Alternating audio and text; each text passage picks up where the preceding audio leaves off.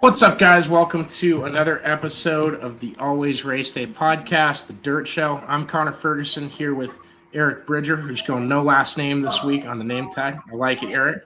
Fast, simple, to the point, like you always are. Eric doesn't need me to hype up his career. I've done it too many episodes on here. A lot to get to tonight on the show. We're going to probably start off with the Kyle Busch stuff, but other than that, Aaron Reutzel on a tear right now. Bobby Pierce doing Bobby Pierce things. Buddy Kofoid doing Buddy Kofoid things. We'll talk schedule. We'll talk all the stuff going on at Huset's, which they seem to be in the headlines no matter what you do. And we'll get everything wrapped up. And please leave your comments, whatever you want to hear us talk about, whatever you want us to say. We try to read them all throughout the show. And thanks to everybody that listens as much as they do. I'm sure JoJo is somewhere on here waiting to say hi, and Brad and Taylor and all the guys over there. So appreciate y'all. Real quick, before we get going, I want to tell you guys about ProfitMachine.ai. Every business needs AI right now. Excuse me, but nobody knows how to use it.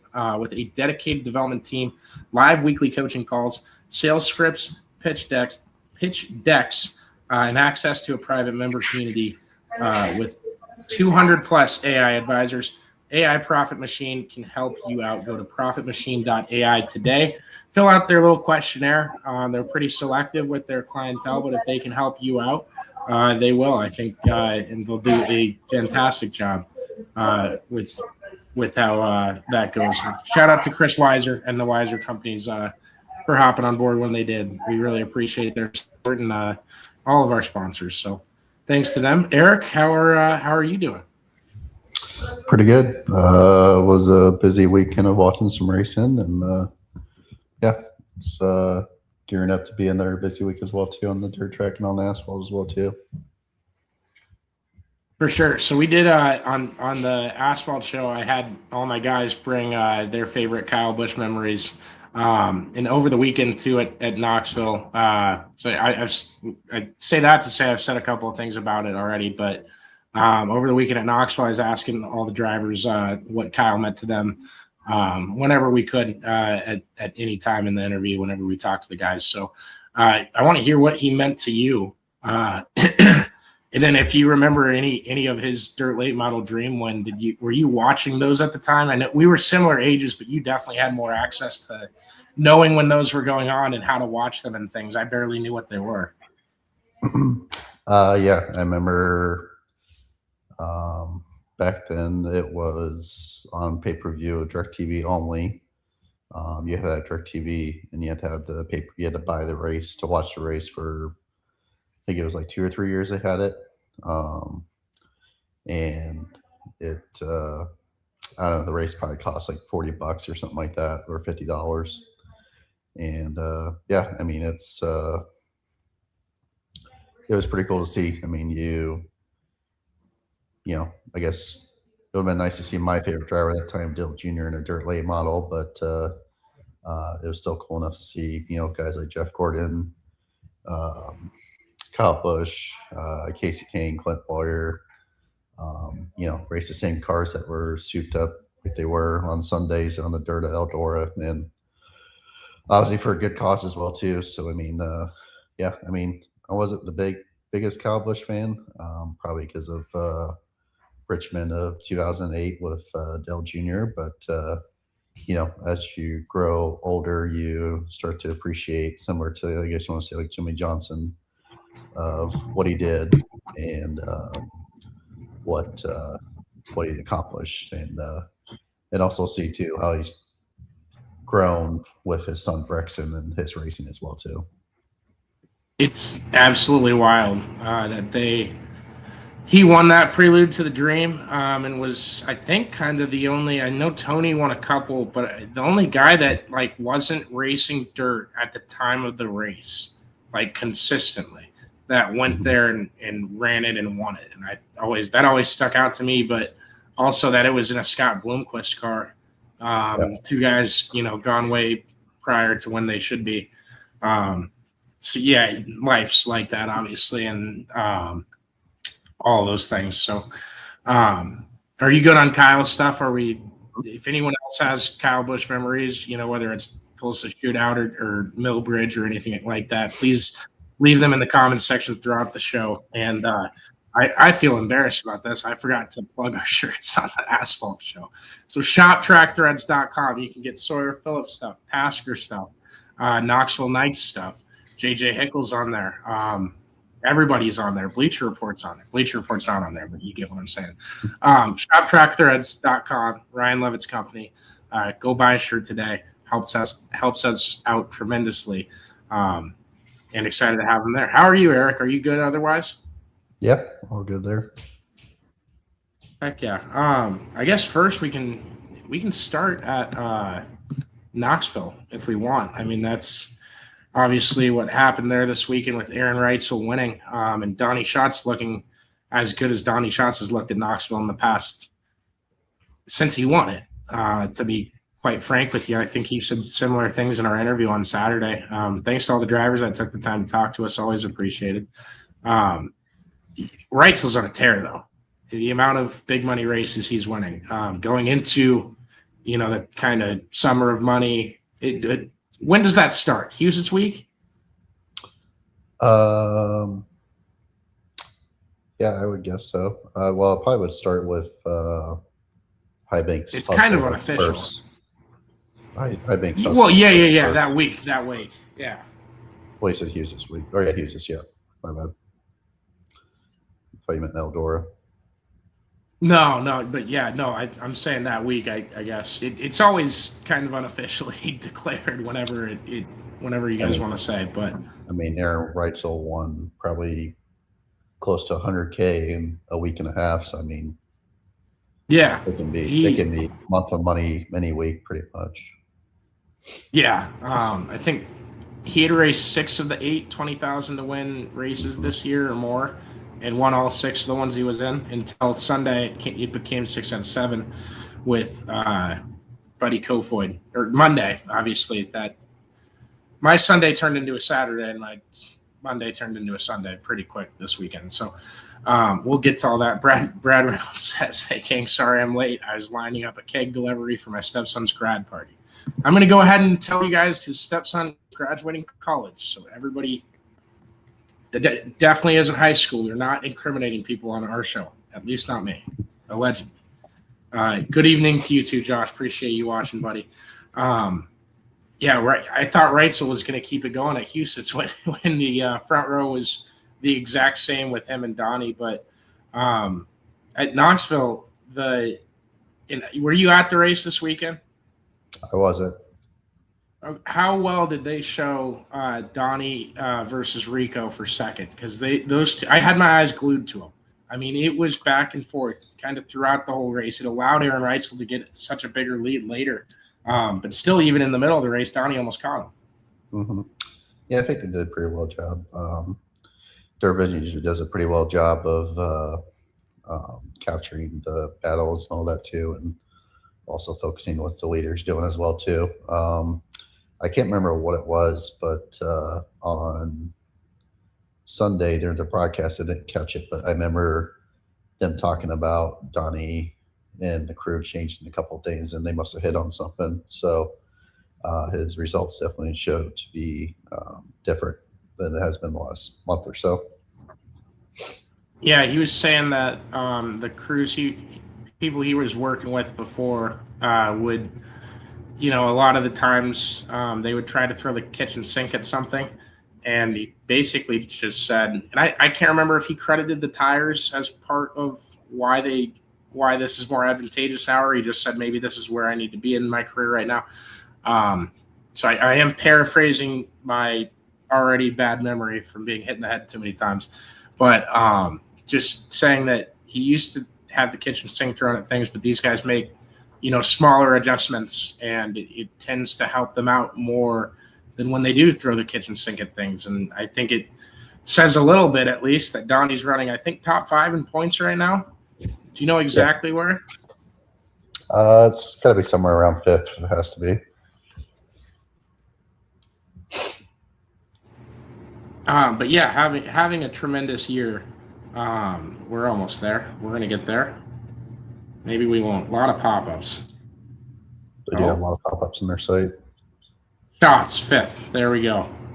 Sheldon Hodenshield 4th, Carson Macedo 3rd, Buddy Kofoid in 2nd, David Gravel has the lead over him by 120 points. So dominant year so far by David Gravel. We'll get to him in a second. Any other storylines you want to talk about out of Knoxville? JJ Hickle, seriously, that dude's, watch out for him this year. I mean, they've hit on something with Matt Morrow, 2 top 5s with the World of Outlaws. He was dicing it out with the number 2 car throughout that race. They got something special in the 2M pits. Yeah, I mean, it's probably the best true local team in Knoxville the last year and a half. They definitely have hit on some setups and speed, and honestly, I wouldn't be surprised if he's I think top 10 is a little bit too, but not as aggressive, but I would say top 5 in Knoxville Nationals right now. If everything comes to fruit per se. Now the format's obviously. You saying top 15? Top 5 car. So. Top 5 car for Nationals? Yeah. Okay. That's high expectations. All right, fair. Yeah. Well, he's finished top 5 in both Outlaw shows, right? Yeah, no, the only reason I asked is you made it sound like top 10 might be a little too ambitious of expectations to hang on a local team. That's what I thought you were saying. I was saying that might be a little bit, for how well they run in, that might be a disappointment, I guess. I don't know, it won't be, but oh, okay. Yeah. I think they'd be thrilled with the top 10, but I think they would speak for those guys. Yeah, I'm not speaking about for them, but I think a top 10 would be perfect for them as well too. But yeah, I mean, their speed has been really fast. I guess the one interesting thing was Carson Macedo was in the beam main both Saturday and Sunday. That was surprising. Yeah, and he had to work back on Saturday at Knoxville, and we caught him after the race. And Carson's always one of the best interviews in the pits. If you guys go watch Carson interviews whenever you get the chance, he always answers questions like super intelligently. Reminds me a lot like Justin Henderson, but maybe even more conversational than Justin. He's a pro's pro when it comes to answering. I'm not throwing him hard balls left and right after races, but we'll get him on the show sometime. He's a phenomenal talker, and I think that'd be a fun interview for us to do.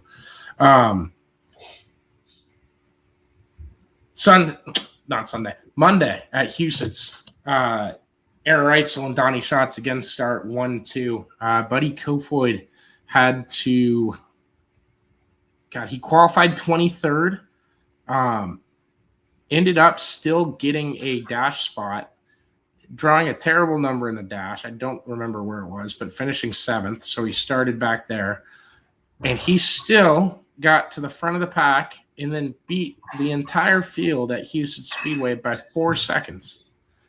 I mean, just astonishing drive from Buddy.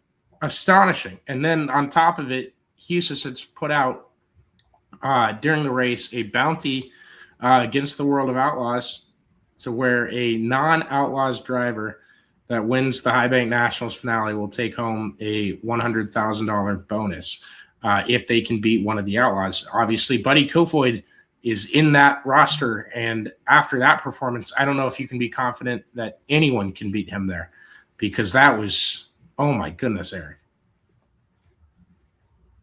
Yeah, I mean, that's a lot of money up for grabs, and even on the nights before too, I think one of the nights pays 100K. So I mean, if he there's a lot of things that happen on that racetrack because everything happens so fast. So, but he has definitely an opportunity to walk away with a cool 250 or 350 or maybe 400K from the weekend if he wins it all. So. Yeah, I think it's 300,000 to win Saturday, right? And the bonus is just Saturday, correct? Yeah, for the 400 for the non-outlaw guys. You'd need a really invested, not invested, but probably addicted to gambling gambler to throw up the 100,000 for every night of the race. But as long as Buddy Kofoid's assuringly going to be there, and I got my guy David Gravel there, I'm speaking as like hypothetically I own Huset's here. As long as I had those two and I really wanted to play with my money, I probably would do that. I'd sign up for those two guys versus the field. Maybe the week of the race we can have everyone debate vice versa. But there's some growing, I guess, animosity between Big Game and World Racing Group. They fined World Racing Group for David Gravel's car not being at the Milton Hershey School last week. The team, I tried talking around with the team. They're all good. They go race where they're told to go race. This is more between Todd Clearing and World Racing Group and the rights to broadcast at Houston Speedway. Flo's a player here, not necessarily today, yesterday, last week, but in the grand scheme of where will David Gravel race in 2026 or in 2027, assuming he's still with Big Game Motorsports. Not that I'm saying he's going to get fired. I got to stop putting in my own negatives here. I just I put protections up because someone will hear one thing and go, you think David Gravel is going to lose his job? No, I don't. I guarantee like these guys are hitting on all cylinders right now and will probably be together for a long time. But all of that between WRG and Big Game and Houston Speedway could force a move. Where do you sit with this, Eric? And on top of it, the bonus to keep, to try and lure drivers away from Skagit. Yeah, you're starting to sound like me about saying the team's going to be disappointed with the top 10 in nationals, but yeah. But yeah, I said that so out of order too. I apologize to everybody listening. I think everyone's heard the story, at least on the dirt side of things. Like people kind of know what's going on already. I think for the Big Game stuff, if it stems back to the Hershey School of Business appearance of the car not being there, and apparently that's an outlaw contract that you have to be there with the car, even if Gravel was there. So I don't know if that was like a shot to them because obviously they advertised it all year that everybody was going to be there, and David was there. It's just that the car wasn't there. But anyways, so yeah, I don't know if that was a start of things, and then now you're having this bounty per se, and then was Skagit as well. I guess Brad Sweet was posted today that on the Skagit page he'll be there. Same with Aaron Reutzel. Yeah, I was about to say that the RSR cars apparently is registered as well too. It hasn't been announced yet, but so yeah, I mean the next high limit race is in Montana. So I mean, if you wanna, and I think the Huset's race is 4 nights, where the Skagit's only 3. Hold on. High limits at Davenport on Monday. We'll be there. Yeah. So yeah, thumbs up to Connor making the travel. It's a long trip. It's that'll be a long night home. That's 3 hours and a half or so after the races. So I might stay at my buddy's place. We'll see. There you go. Well, we'll have a couple. Actually, I might be carpooling with Connor. So with other Connor. So maybe I won't do that. We'll see. There's a chance for everything. We have the Connor and Connor show. Yeah. He holds the camera. I'm on the microphone, and we threaten to switch it at any and all times. Yeah, watch out for Connor on the interstate. But no, I mean I don't know. It'll be interesting to see. That was a low blow if I've ever seen one on our show. This is like when we got to get Damon back on here. Him and I would be throwing those left and right for just an hour long. Yeah.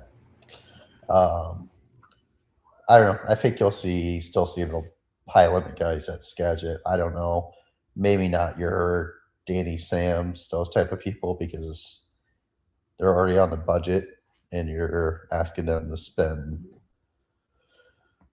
I don't know when the race before Skagit is, but I mean, you're asking them to spend probably $1,000 in diesel fuel that way. I mean, that's going to be a lot of money to go out there for that race. So it'd be interesting to see. I think you'll see probably the top 5 guys in high limit points, but that'd be about it. Yeah, and I don't think that was going to draw a ton of it's so late. A ton of a ton of teams away from one or the other. I don't think it was going to sway anyone. Sorry, some people I have to respond to. It doesn't matter if I'm on a show or not. I got sidetracked to that. That's mostly why I'm apologizing. Not anyway. Yeah. But I don't think it was going to draw anybody away that wasn't going to be there. I think it's a cool headline. It's the biggest bonus I've frankly ever seen, aside from the Wild West shootout used to do. Like, if you can win 3 of the 6 races, you can take home $50, and if you get 4, here's $100, and if you get 5, here's $300 or whatever it was. Yeah. Which was it's like, okay, who's winning? And I know it's on the same track, but no one was gonna sweep the week and win 6 races. You know, Bobby was winning 3 or 4. Did he win 5 one year? I think he only won 4 that year. Yeah, I think he made it to like the $100,000 mark or something like that. But nice. I think the next one was last year with the Kaiser wheels for nationals. I can't remember what it was, but it was like 50 or 100 grand. I think it was 100. I think it was 100 too. I gotta stop making declarative statements because my brain doesn't remember enough. Yeah. Kaiser. I think it was 100. Knoxville Nationals. If I could type. I should have this pulled up while you were talking. 100,000. Yep, 100,000. It was announced in November of 24. I don't think they're doing it this year. And I think they said that's running for every year for a while, right? I haven't seen anything this year about it. Well, I think when they let me look at the original release. It just says for this multi-year agreement introduces an enticing 100,000 bonus for the Knoxville Nationals winner, provided their sprint car is equipped with Kaiser wheels and hubs on all 4 corners. The collaboration marks a significant milestone for Knoxville. New partner. This is like until somebody wins it, I think. Mm-hmm. Yeah, so I think, and shout out to Kaiser Wheels for writing it like that. Like, that's cool. I mean, just you have a bonus for, hey, until someone takes my $100,000, it's sitting out there. I love that. Need more cool stuff like that in sprint cars, but I don't know. I don't know how much this was getting more people to watch the race or come to it. But they do a great job down there entertaining. I'm excited for those 4 days at Huset's. It's going to be fun. Do you want to come to Huset's? We'll see, because we're going to Shelby County and Knoxville, so it'll be a little tough.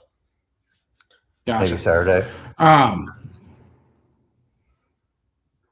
Gotcha. The Show Me 100 at Lucas Oil Speedway. I was kind of ticked that NASCAR didn't try to restart that Coca-Cola 600. They ended up being the right decision. Thankfully, throughout the rain delay, I could just sit there and watch Bobby Pierce go from 20th to 5th in a span of like 33 laps or something. He put on a clinic, Eric. He looked like he was in a different class than the entire rest of the field. Yeah, I mean, I saw that one car flip pretty wildly, and probably it's the wildest late model flip I've ever seen before. Was Gary Albertson or whatever it was Friday night? Yeah, Garrett Albertson. We got to get him on this show. His shop is here. We're gonna do something at his shop at some point. Might have to wait till next off season, but he loves Iowa, loves what we do, and he asked me if he could come on sometime, and it's my bad not getting him on yet. So we'll get there. Eric, don't look at me like that. So the person that's Sometimes hard dates time- don't work out. Yeah. Sometimes the person that says that it's hard to get guests. I didn't say it was hard. It's hard to get guests when they don't know we're doing a show until Tuesday morning. But anyways, we'll have someone on here next week. Brad Reynolds said you can ride with Chaz to the motel at Davenport if you want to ride with Chaz. There we go. Yeah, there. Man, that'd be a party. That'd be the longest podcast. Bobby Pierce right now, top of his game.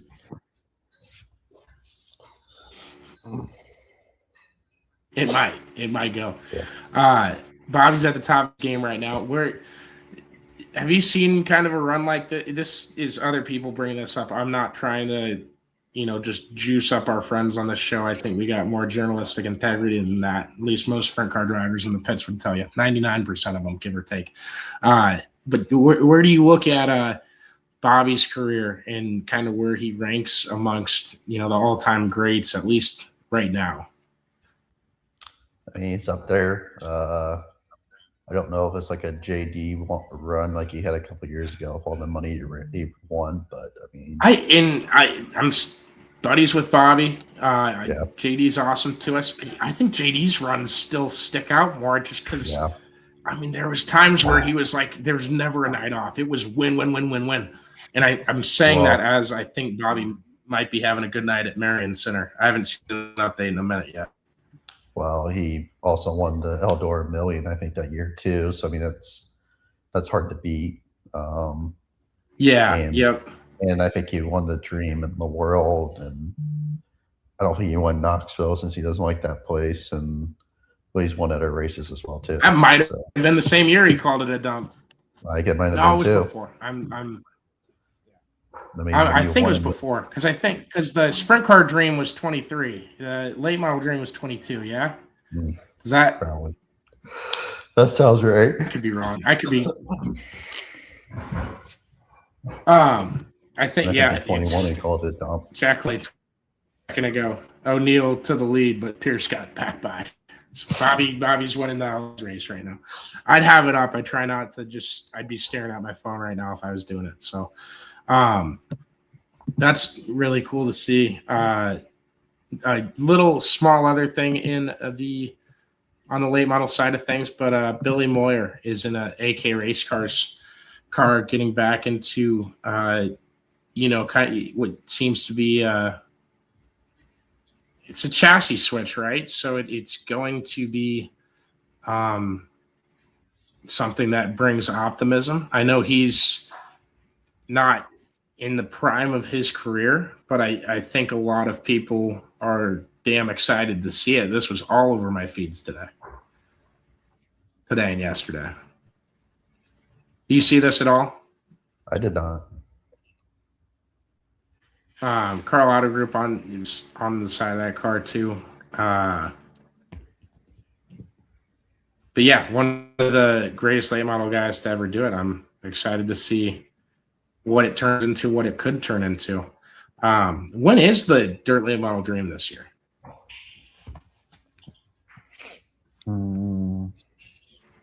Probably coming up soon.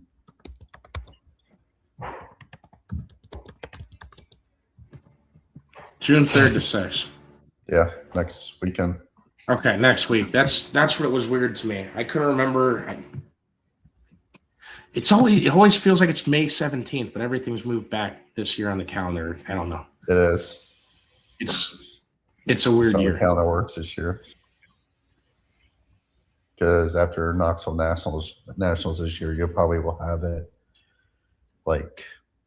instead of 365 days left, it'll probably be 362 or 1 or something like that. Maybe we get in the 350s. Yeah, I don't know. I can support that. But I think it will be earlier next year. 2027.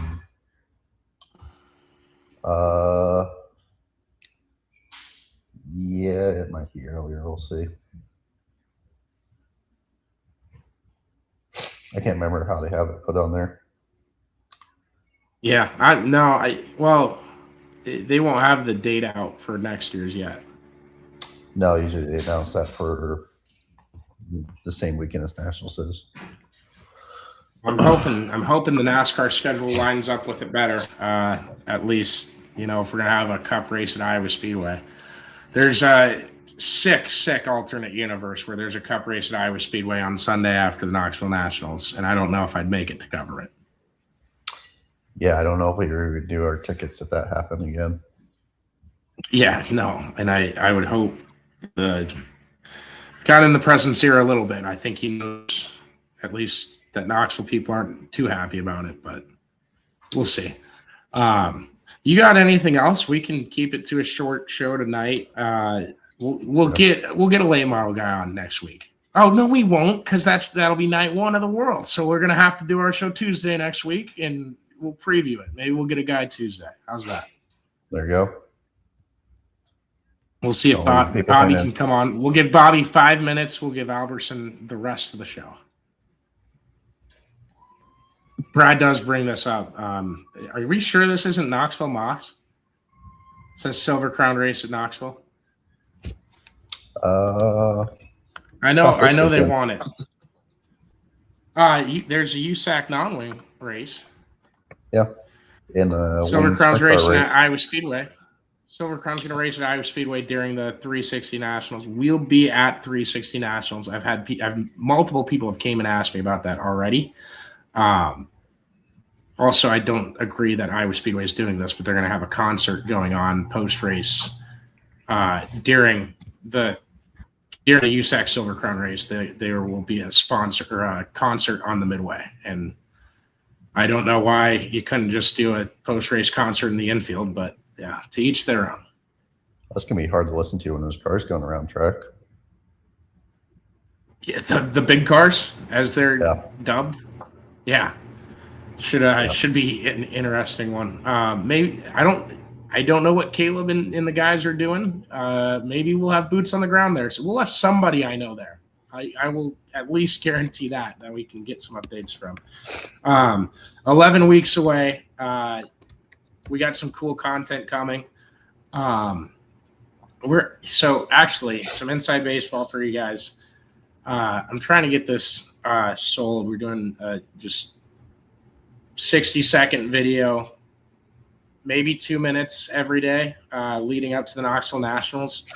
I just want you guys to send me stuff that you want to hear about. Like, I'll talk about the traditions one day, the chicken feed, different things like that. We're going to have some days that are just power rankings. We're going to have I've got a ton of different things written down, but I want to hear from you guys what you want that video series to be. And I'll put this same type of disclaimer in those videos. But I'm excited to do I think I'm going to call it 100 Days to Knoxville, but I know there's only like 77 right now. So the first season's going to have not 100, but that's imperfect like we always are here at Always Race Day. So, Eric, you can chime in with whatever you want too. Yeah, for sure. I'll think something. Quick and to the point. Go to shoptractorheads.com. Buy your Always Race Day merch today. Appreciate everybody for listening and supporting us, and thanks to everyone that's came up to us at Knoxville. We really appreciate it. Yeah. You got anything else, Eric? We good? We're good. Awesome. All right. I'm going to get out of here. Appreciate you guys. See you at the racetrack. We'll be there Friday and Saturday at Corn Belt Nationals. Is that still what they're calling it? It's USAC weekend, USAC non-wing weekend at Knoxville. So excited for it. See you guys there. Eric, send us off. Yeah, we'll catch you guys next week.